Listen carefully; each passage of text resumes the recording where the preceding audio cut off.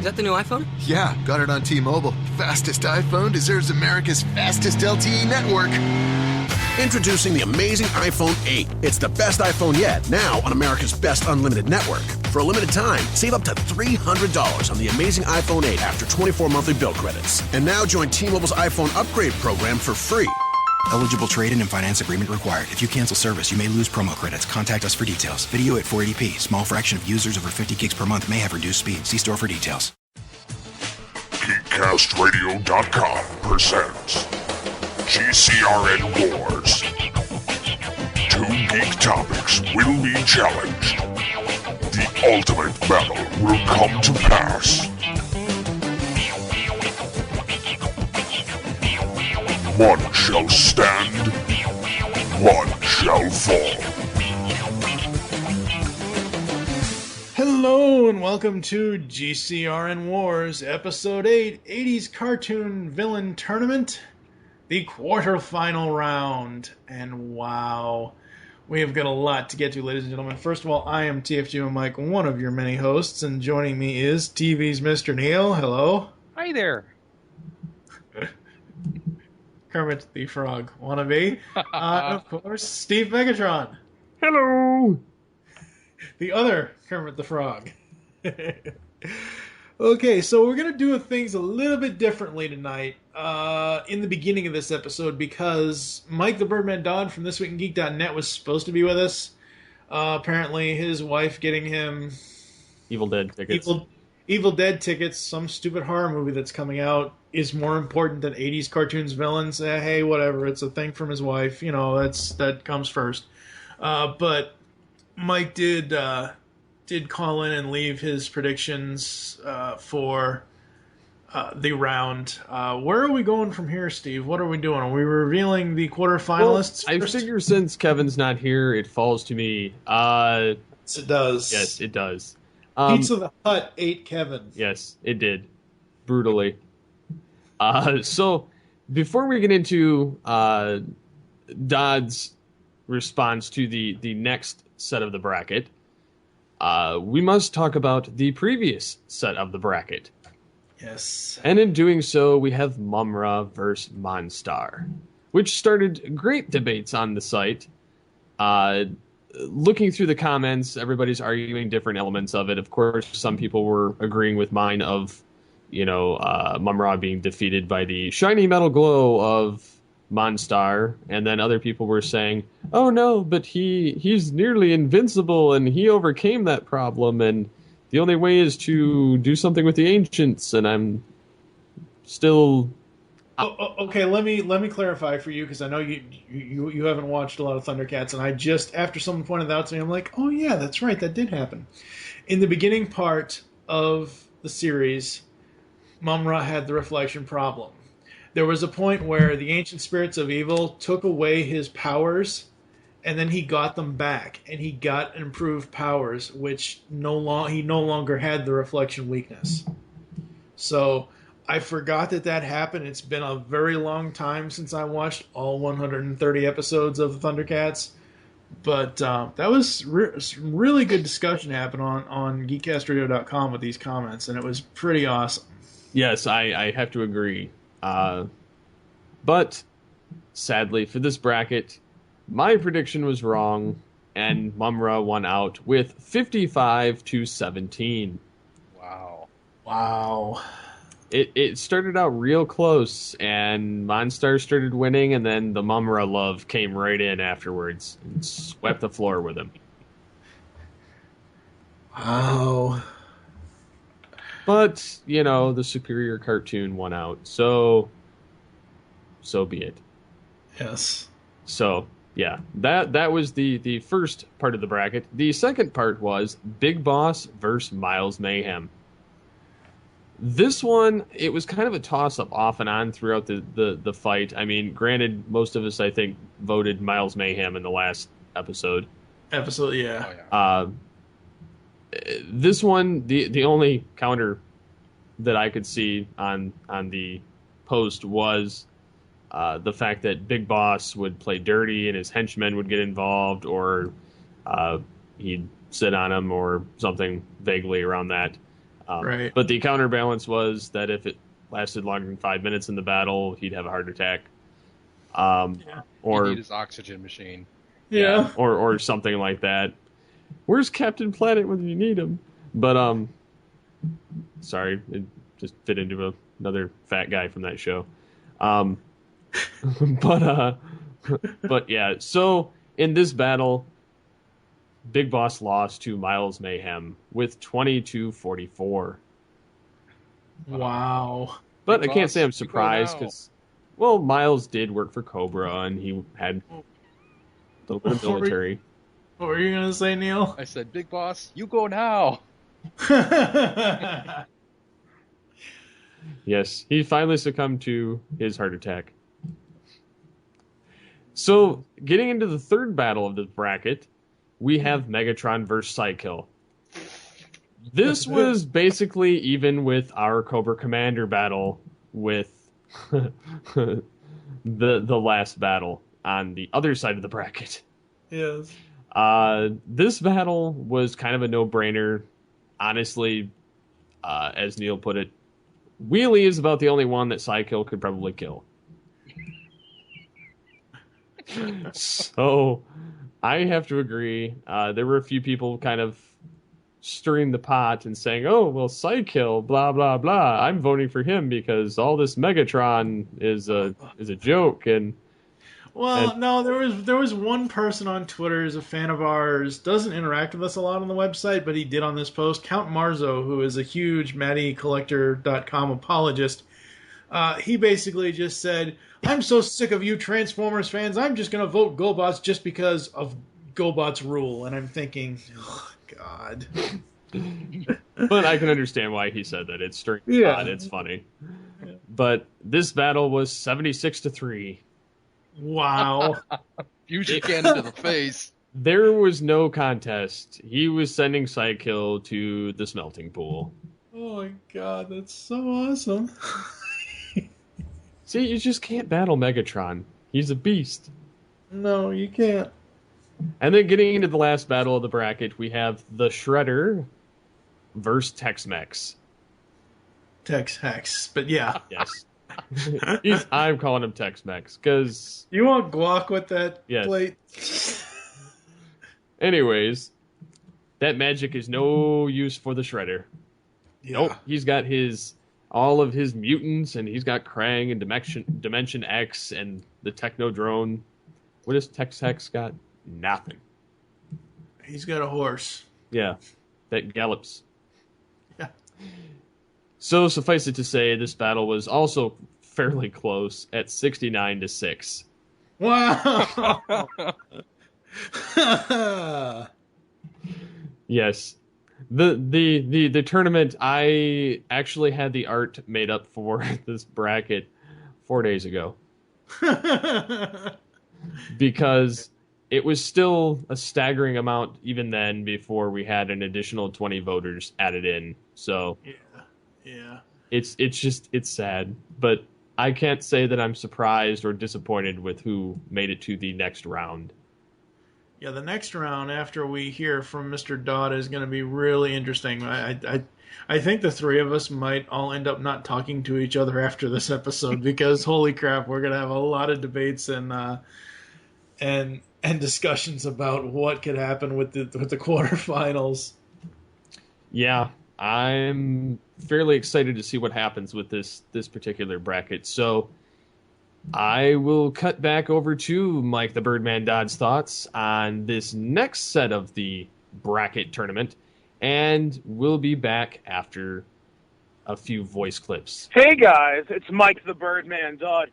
Now, due to some unfortunate timing, but a really cool wife, I'm not joining you guys tonight because my wife got me preview tickets to see Evil Dead tonight. Let's just say I owe the Geekcast radio crew guys a massive favor. It will be epic when I choose to repay it. But anyway, so we're talking cartoon villains tonight.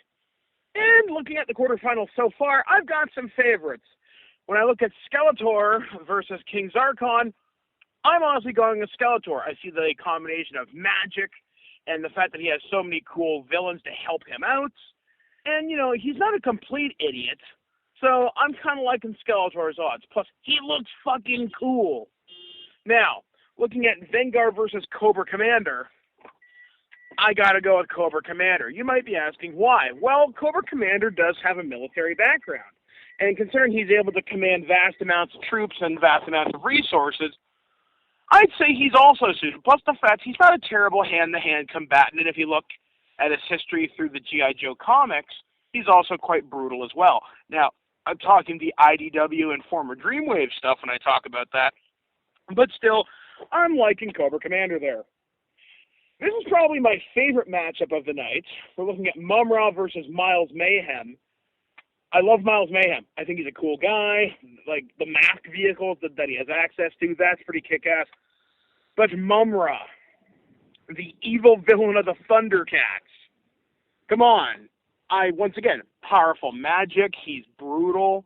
And I honestly think magic will triumph against technology. But then again, when you look at He-Man, because that's technology versus magic too, but still, I'm going to give this one to Mum-Ra versus Miles Mayhem, because Mum-Ra will do what is necessary, whereas Miles Mayhem, I think he's eventually going to wuss out. And then this matchup, honestly, this is no contest. Megatron versus Shredder. Megatron will brutalize the masked menace here, simply because, well, once again, he leads the Decepticon forces. He's got that huge fusion cannon on his arm. He's not stupid. Plus, he did kill Optimus Prime, whereas Shredder doesn't really have a victory to really call his own. Then again, which incarnation of the Shredder are we talking about here? But I'm going to give it to Megatron because, once again, he's killed Optimus Prime. He led the Decepticon forces from nothing to be the dominant force in the galaxy, conquering Cybertron and killing a number of Autobots. Unfortunately, Megatron does have his pride, which does occasionally cause him to fail in his many schemes, but his brutality and tactical ability is, I think, what will eventually see him through to the end of this match. So anyway, guys, like I said, I'm really sorry that I missed tonight. I will be on another one of these shows, I assure you. I will make sure I do not have tickets to anything else coming out this month, because Evil Dead and Jurassic Park's the only thing good that's coming out anyway. So anyway, guys, this is Mike the Birdman Dodd for ThisWeekInGeek.net saying, live free or die hard, and may the best bad guy win. So swears Skeletor! We'll see. Yes, you will! Good old Mike the Birdman Dodd. You can always rely on him for a strange Canadian commentary, but we'll see if any of his predictions come true, because the first battle is who, Steve? The first battle is Skeletor against King Zarkon. This is going to be interesting. Yeah, this entire round is going to be interesting to see who gets to the semifinals next week. Yeah. I am stoked to see what happens after this battle. I do not know where this is going to go in the voting. I'm very, very antsy to see what happens. Especially with a few of the rounds. A few of them are going to be no-brainers, but a few of them I'll be quite surprised if they are beat. Yes. This one is Skeletor against King Zarkon. And for me, out of the two, if you're going on sheer fear factor of style or magic ability or henchman, I'd have to give it to Skeletor. Yeah. And he's got much more of a menacing name to him. Well, I think the thing with the menacing name with Voltron was Planet Doom. You know, it was more so on the planet than it was in the characters. And Zarkon looks like a cross between a bat and a fish. He's essentially a human version of Astro Train. Oh, wait, that's right, he is. Jack Angel. Yeah. Yeah. Neil, thoughts on Skeletor versus Zarkon? Well, I was just going to compare their resumes here. And Skeletor, for a guy who comes from a series called Masters of the Universe, he's barely failing to capture a planet. Whereas Zarkon, you know, his scope is larger. He's at least going for a solar system, I think. And you know, Zarkon, his plans seem to get farther along in development, whereas Skeletor pretty much fails on a regular basis. I can't think of a single time he won, except for the 1 or 2 times that he got one over on Hordak. I'm gonna have to go with Zarkon on this. I don't I don't see how Skeletor really stands a chance unless he uses his magic, but that doesn't never seem to help him. So Zarkon, the only way he could win, I think, kind of now that I'm listening to your argument, I have to agree. The only way he could win is he trapped him in another dimension. Or trapped him somewhere else like he did to Hardak. Yeah. And you gotta think, and I know He-Man, oh my god, we're going to so incur the wrath of He-Man fans if we all pick Zarkon, because,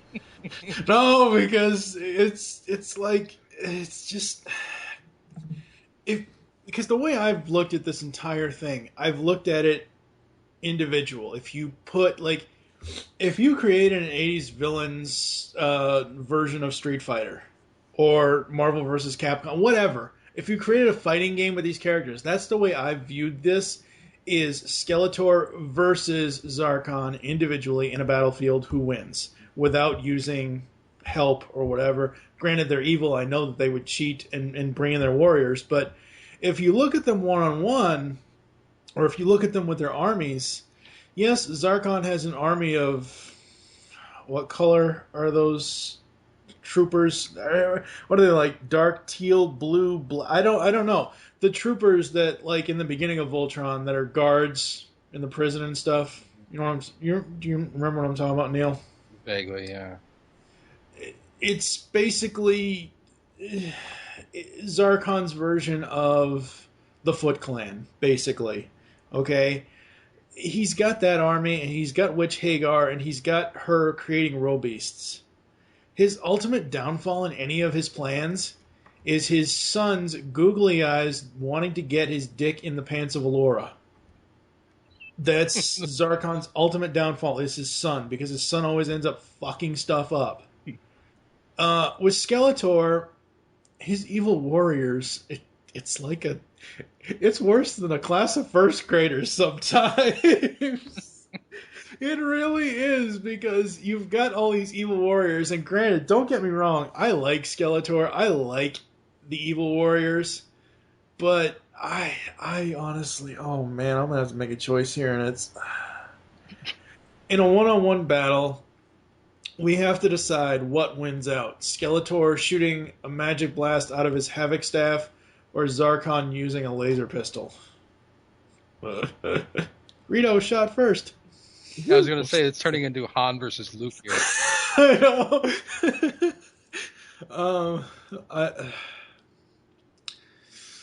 I gotta give it to Skeletor, because I think Skeletor is under... Like I said, Zarkon, if any of his people are around him, they always end up screwing stuff up. Skeletor is just underhanded enough that he would find some way to get around Zarkon, or he would find something that imprisons Zarkon or something. So I gotta give it to Skeletor. Okay, so we have 1 for Skeletor, 2 for Zardak, or Zarkon. King Zarkon. Yes. Okay then. Yes. So moving on to the next bracket, we have Venger against Cobra Commander. Let's hear what the combatants have to say. This is the end for all of you. Surrender to the new order of Cobra starting at noon tomorrow, or suffer my wrath. Devastation, ruin, chaos! So we've heard what the combatants have to say, and as Steve said before the break, the Dark Lord of Dragons and Dungeons versus an Agent of Mask. That was just horrible. I know. It was meant to be that way. But yeah, no, Cobra Commander versus Venger. I don't know. If you look at it in the way of the characters, and if they ever had like if somehow Venger ever crossed over into G.I. Joe, you essentially have Optimus Prime versus technically Starscream, but you would have Peter Cullen versus Chris Latta. just by the voices alone. As far as abilities, Venger to me is scarier than Cobra Commander. But I think Cobra Commander would win out because of the simple fact that, well, besides the fact that he's just fucking Cobra Commander, but he is a badass. He will cheat and use all kinds of, Cobra Troopers and everything else. So, I don't know, Neil, what are your thoughts on this one? Well, about your thought about Venger crossing over to G.I. Joe, Cobra Commander has had plots involving roller coasters in the past, so it could conceivably happen. Oh, God. But I'm just looking at it as, well, first I'm going to go one-on-one, and then as villains would go if they were to cheat. One-on-one, I'd have to give it to Venger, just because Venger's a badass, and he's got magic and all this power on his side. Whereas Cobra Commander is just some guy with a gun. And he can barely shoot anything to begin with. But, even if I were to account for the fact that Cobra Commander has troops on his side, Cobra Commander has the resources. He could, enlist Tiamat if he wanted, but he's not that clever. He'd probably use the Dreadnoughts. And of course, what would happen is the Dreadnoughts would go up to Venger and be like, hello, hello, hello. And then Venger would be like, adios, adios, adios. And it would be the end of Cobra's team, and that would be the end of Cobra Commander. So I'm going to say this. The only reason Cobra Commander is here is because Serpentor is not. And I'm going to have to give it to Venger. This I command. Cobra Commander, you're out of here. Wow. Steve, rebuttal? Okay. The thing about Serpentor is he never did his own dirty work. Everybody just cowered before him because they created him. That's true. And when Cobra Commander did become a man again, he turned Serpentor into his frog bitch. We're back Just to the saying. frogs. He used Nagahide's pet. So, Serpentor, like I said, is kind of useless. Cobra Commander, granted, did have some crappy plots, as have all the 80s villains. Mm-hmm. However, he has technology on his side. They have everything they've stolen from the Joes, from the government, things that they may have come up with. Python Patrol.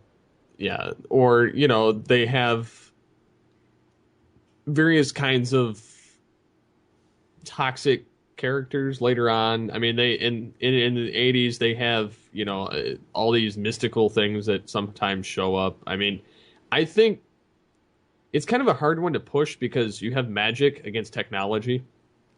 Right. But you have an entire army. Granted, they may not be able to shoot a damn thing. I mean, just get for real. You have like 12 G.I. Joes going against like a million Cobra, and somehow the G.I. Joes beat them.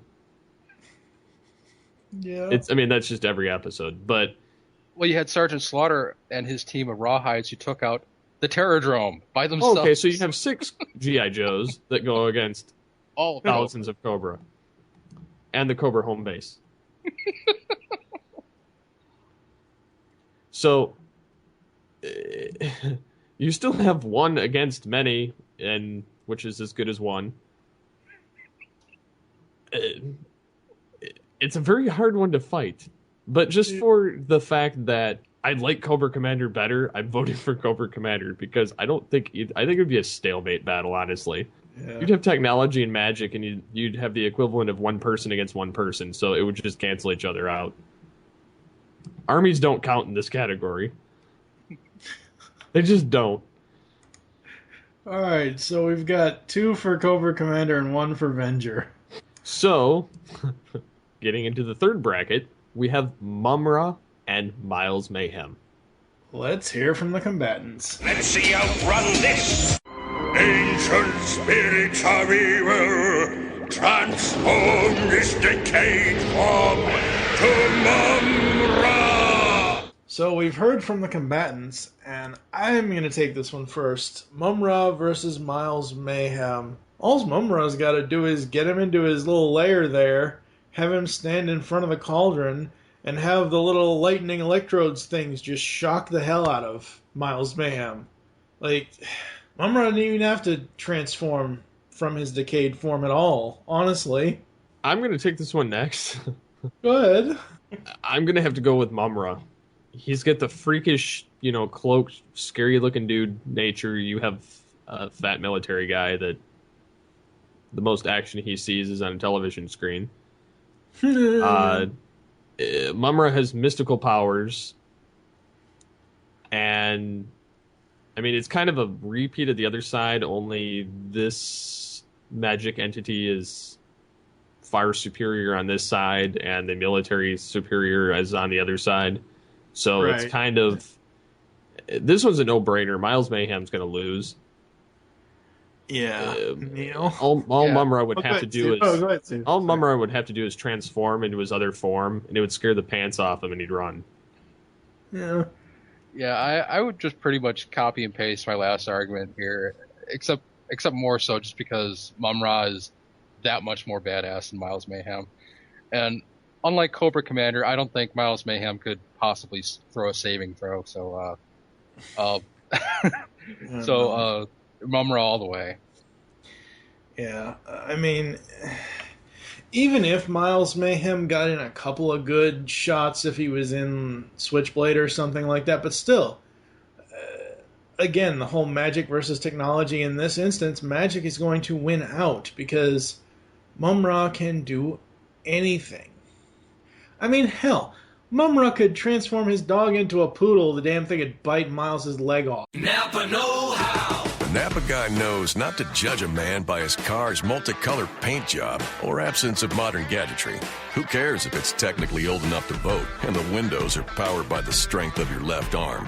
Your monthly payment is zero, and it'll stay that way. Because with over 500,000 parts and a little Napa know-how, you can keep anything on the road. She may not be pretty, but she's all yours. That's Napa know-how. Napa know-how. It's just... Yeah, Mumra all the way. Well, that was a short discussion. These battles are pretty one-sided at this point. Who's next on the bracket, Steve? Last up on the bracket is Megatron against the Shredder. Let's hear what the combatants have to say. Wait, I still function. What the devil? I'll crush you with my bare hands. So we've heard from the combatants, and once again, I'm going to take this one because I just thought of something. If this was the battle that it was going to come down to, Megatron versus the Shredder. Neil, you've watched G1 to the point where it's basically melded into your brain, right? Mm-hmm. Yeah, I have too. Have you seen the size of the Transformers compared to the humans? Yes. Let's think about that on a one-on-one battle. Technically, Megatron would be 3 stories higher than Shredder. All he'd have to do is just stick his foot down. Crunch. Steve? Not only that, but Megatron pulled an entire planet into the atmosphere. Yeah. Megatron has far superior technology, even trumping Dimension X. Yes. Plus, he has the resources of Cybertron and Shockwave and pretty much every Decepticon that could wipe out anything the Shredder could dish at him. Yeah. Megatron is more menacing. He's got the raspier voice. He has a fusion cannon, which is like letting off a giant nuke. Yeah. There's just no contest here. Megatron all the way. The only way that Shredder would ever beat Megatron. Now, Mike Dodd had asked us, it depends on which version of Shredder you're talking about. We are, because this is the 80s Villains Tournament, we are specifically talking about the 1987 Shredder. We're not talking about the more badass 2003 version. We're not talking about the current version in the Nick Turtle series. We're talking about the old 87 Shredder. Uncle The Phil. only way... Huh? Uncle Phil. Yeah, Uncle Phil. Yeah. The only way Uncle Phil could win is if he got in the Technodrome and fired everything the Technodrome had at Megatron. That's the only way. if they're going one-on-one, as I already said, Megatron's 3 stories high compared to Shredder's height. It wouldn't even be a contest at all. Nope. Well, I have to agree. Well, plus Megatron is so overpowered. I mean, aside from his fusion cannon, he's got that other barrel on his back, which I've seen him use once, so that does do something. He's also got an energy Morning Star. He's many times the size of Shredder. Shredder has Ginsu knives welded to his costume. He could go ting tang ting on Megatron's foot all he likes, but eventually he's just going to be street pizza. And what's all that hardware for? Making coleslaw? I mean, the only conceivable way, and this is counting. This is only if we count the first movie, which I know doesn't count, is if Megatron were to stomp on him. Shredder has survived a garbage compactor, but right. That's the only thing I can think of, and even that I'm not going to count. So No. Megatron, no contest. All right, so I think we're going to go to a very, very short ad break, and we're going to come back and let you know how you can interact with this quarterfinal round, and we'll be back after this. Coming to Grand Rapids, Michigan on September 21st and 22nd is GrandCon Gaming and Comics Convention, presented by Celebration Cinemas. Join us in playing or chatting it up with fellow enthusiasts in a community that understands your passions. Get lost in the adventure of your favorite role-playing game. Admire costumes and art from vendors and attendees. Meet the creators behind your favorite mainstream and independent games and comic books. Check out unpublished games and sneak peek at things to come. You can get all this and more at GrandCon. For more information, please visit www.grand-con.com. The Pull Bag is the GCRN's place for everything you need in the comic book world. We focus on new and current comics, while also tackling a few back issues here and there. So join the entire GCRN crew and see what issues the hosts have with today's panels. You can find the Pull Bag on iTunes and geekcastradio.com. Make your great escape into comics. We are back. Steve, tell the fine people how they can interact and vote and listen and all that good stuff. Well, first of all, you visit the geekcastradio.com website, and at the very top of the page, there's a magical area that says, to the GCRN WarZ Tournament, 80s Villains, and it says Round 1, Round 2, and then Quarters. And you're going to click on that, and that will be the place that you'll go to see the post. And it will have the latest breakdown of the bracket, as well as all of the voting options. Very, very awesome. This is going to be very interesting to see how this round's voting is going to go, because like you said, Steve, like a couple of the battles I can kind of predict, even though I'm not going to here, but I honestly don't know what the outcome is going to be between Skeletor and Zarkon. I don't know on some of these either. They're just mind-boggling. Yeah. And it's going to be very interesting to see what happens when we get to the semifinals next week. Just want to let everybody know, voting is open from Friday, April 5th through Thursday night, April 11th. Because we record these every Thursday. Every Thursday that we've been doing it. But yeah, so voting is open from Friday, April 5th, 2013 through Thursday, April 11th, 2013. Listen to the podcast first, please. Hear our thoughts, and then if we sway you either way, go vote afterwards. Don't just look at the post, vote, and then leave. Also, you can comment and tell us why you think Skeletor would give a Havoc staff up Zarkon's ass, or why Avenger would fly all over Cobra's base, or why Miles Mayhem would just sit on Mumra's deformed body, or why Megatron would just, step on Shredder. Oh, wait, did I something in my shoe? Scrape. Oh. He stepped in Shredder poo. Oh. That was a little shreddy there. Oh, boy.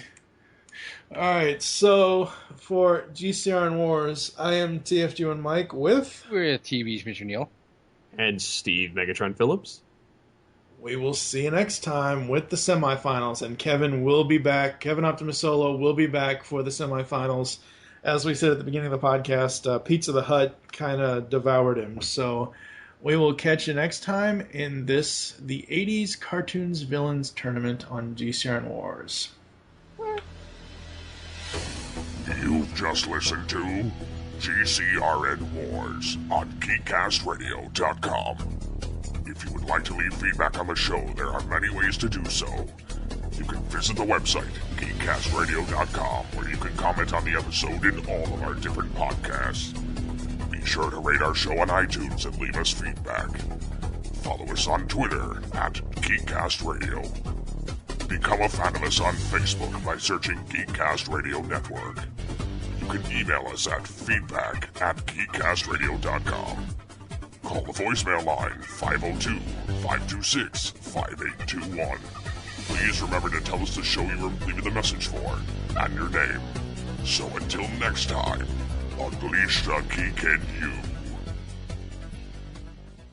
Calling all singer-songwriters, your big break is here. Announcing the Project Aloft Star competition, hosted by Aloft Hotels. Now through September 30th, unsigned bands and artists are invited to enter and share original songs. Finalists will be flown to New York to work with Grammy-nominated mentor Gavin DeGraw and jumpstart their music career. Enter now at live@alofthotels.com. Again, enter Project Aloft Star now at live@alofthotels.com. Don't miss out.